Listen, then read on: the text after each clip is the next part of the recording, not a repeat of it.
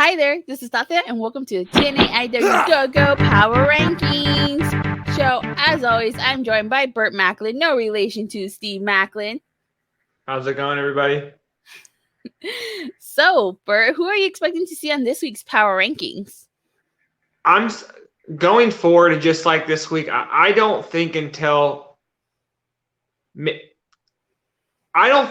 expect to see Josh Alexander near the top this week and even next week. And I don't really expect to see him number one, if anything, until after the pay-per-view, and that's if he retains, just because his storyline's kind of cooled off. You know, I'm not saying that he's not good or anything, but he's not the focal point right now, and that's a good thing. That's a good thing for Impact to have more than one star. So I don't expect him to see him near the top, but I expect him to see in the top 10. I expect to see Deonna Purrazzo for that victory over a Rosemary. I expect to see PCO, in the top 10. Yeah, those are my two. Those are my two that have to be on there. Yeah, I agree with you about that. Of course, Masha Slamovich. She's 14-0 now.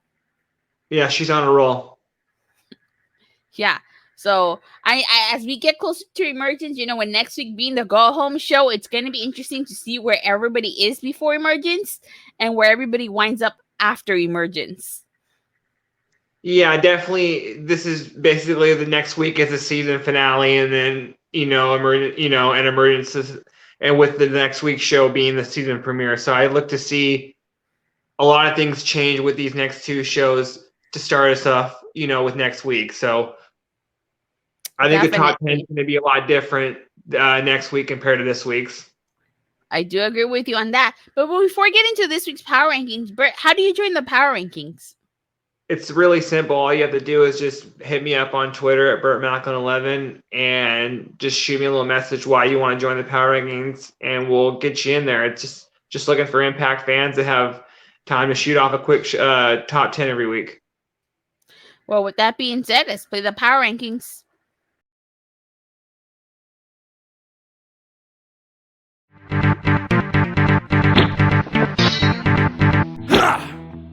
Number 10, Tag Team Champions Bullet Club. Number 9, Tag Team Champions Team Ragnarok. Number 8, DMC Brian Myers. Number 7, World Champion Jordan Grace. Number 6, 14-0 Masha Slamovich. Number 5, the Death Machine Sami Callihan. Number 4, World Champion Josh Alexander. Number 3, Vex Deonna Purrazzo. Number 2, Motor City Machine Guns. Number 1, PCO and Honor No More.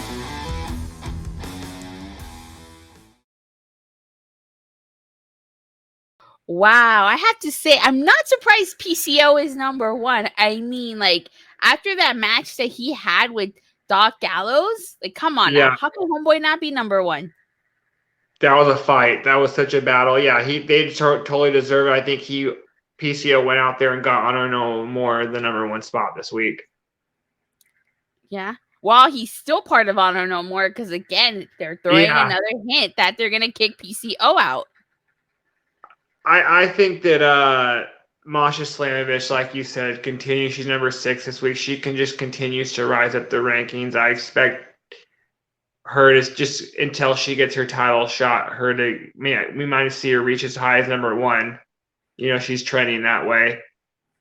And I want to point out a couple just quick stats about this week's rankings. You'll see we have Deonna at number 3, and she was able to pick up a victory over Rosemary. And since coming to Impact, she's 3-0 against Rosemary in singles competition. She seems to have her number in regards in singles matches. I know Rosemary's pinned her, I believe. I don't know if she's pinned her, but Rosemary was part of the winning team in a couple multi-person tag matches. And also, you'll see Sami Callihan at number 5. He won with a submission. That was his first submission victory since signing with Impact.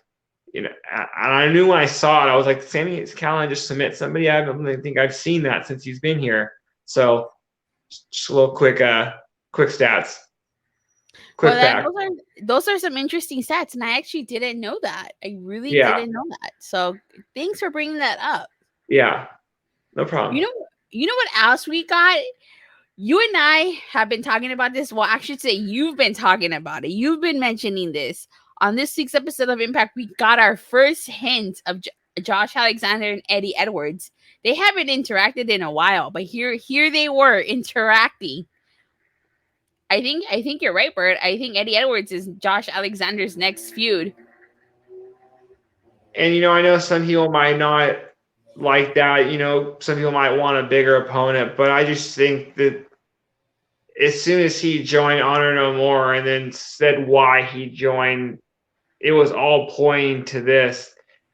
If him not at least having a match with Josh Alexander, at least him not taking a title, he'll at least have a match. So, but like I said, I think he's going to win the title at Bound for Glory. I think this is Eddie's last shot at being world champion again. So I think he takes it.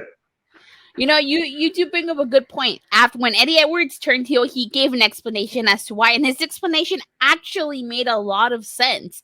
He was angry at the fact that he was not given a chance to face Omega and later Christian and get the chance to bring the title home, while Josh Alexander basically jumped him and got that opportunity.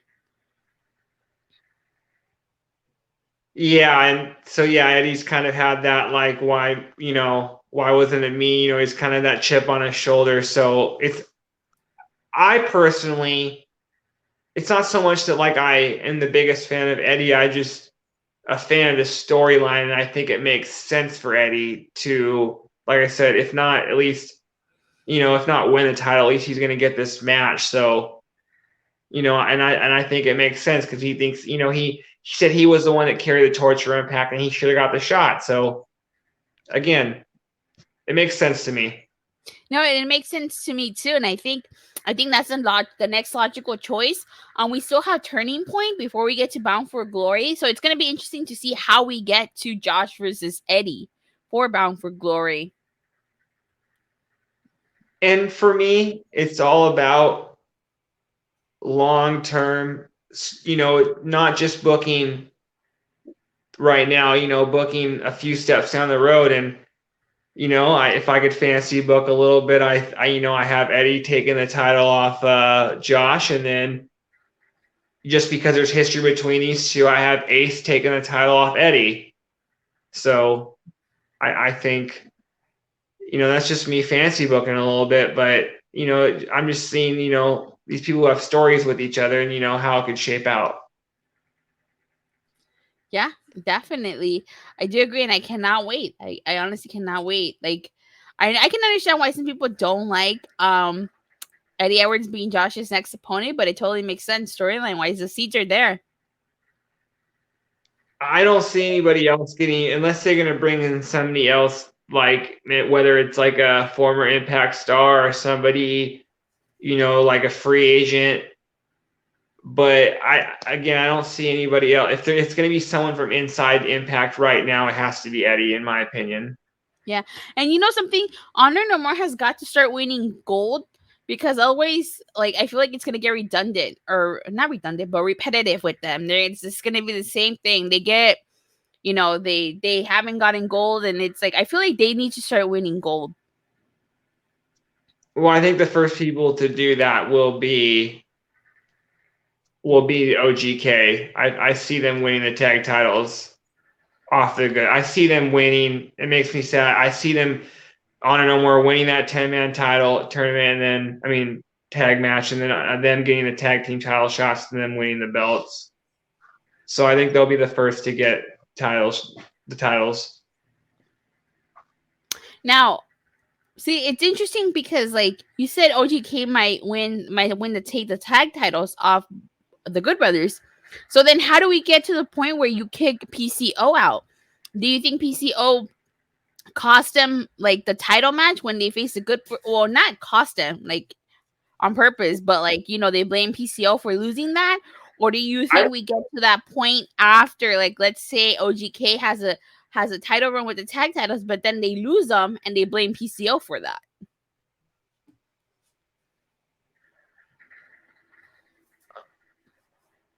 Well, yeah, like if they don't lose, if PCO costs them that match, they could kick him out that way. Or if somehow just in between now and then, like they kick him out, whether they just Eddie he does something wrong. The way I see it shaping up is I think during Emergence, I think that he does cost them the match, even because it makes more sense for them to win and OGK gets their title shot, because they've been asking for one and they have been beating the Bullet Club more times than they've been losing.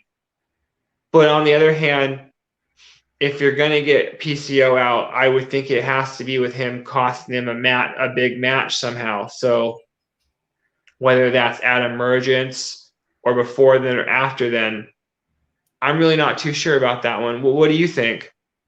Oh, I feel like after Emergence, because I mean, if they lose, if they are disbanded, then what's the point of kicking PCO out? You get me? So I feel like they're going to win at Emergence, but then they're going to lose either the tag team title shot, or maybe after they win the tag titles, when they lose them, they're going to find some way to blame PCO. But that's the story they're telling. You could also see I could also see a situation where where Vinny and him are just fed up and leave on their own. Oh, yeah, so that's true. They don't need this. Yeah. That's that. Yeah, and then you have a feud between PCO and Vincent and the rest of Honor No More. Yep. So. And like I said, in terms of like, I think PCO is great. He puts on great matches. He's always putting people over in Impact.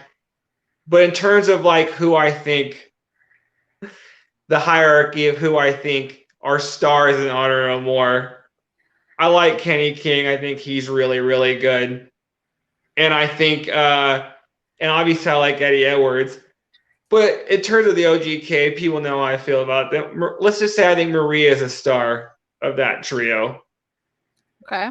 I'm not a Taven fan. I know a lot of people like Taven, but I'm not a Taven fan. Oh, is it because he calls people Melvins and he's trying to make Melvins happen? No, I just don't think he's a star.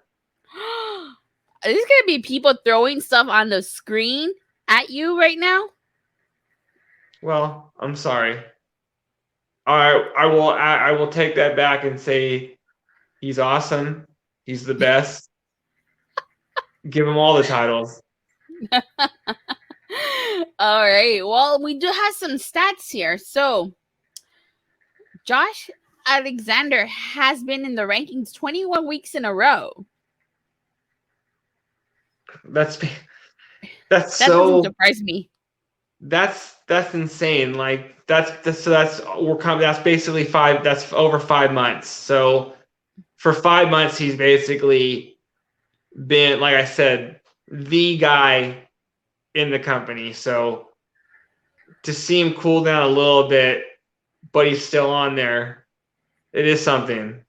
All right, I think we've covered everything. Is there anything else you want to say or add before we sign off? No, but I definitely think this next Thursday show is must watch. It being a go home show that always pretty much just like, sets you up and just rolls right into the show. It's always something that you, like I just said, it's a must watch. It prepares you for the show. So tune in this Thursday, 5 p.m. Pacific.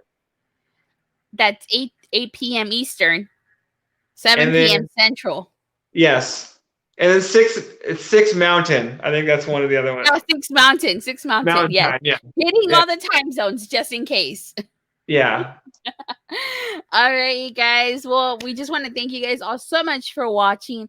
Please don't forget to like and subscribe. Make sure you hit that bell so you get notified whenever this video drops or whenever TNAIW drops another video.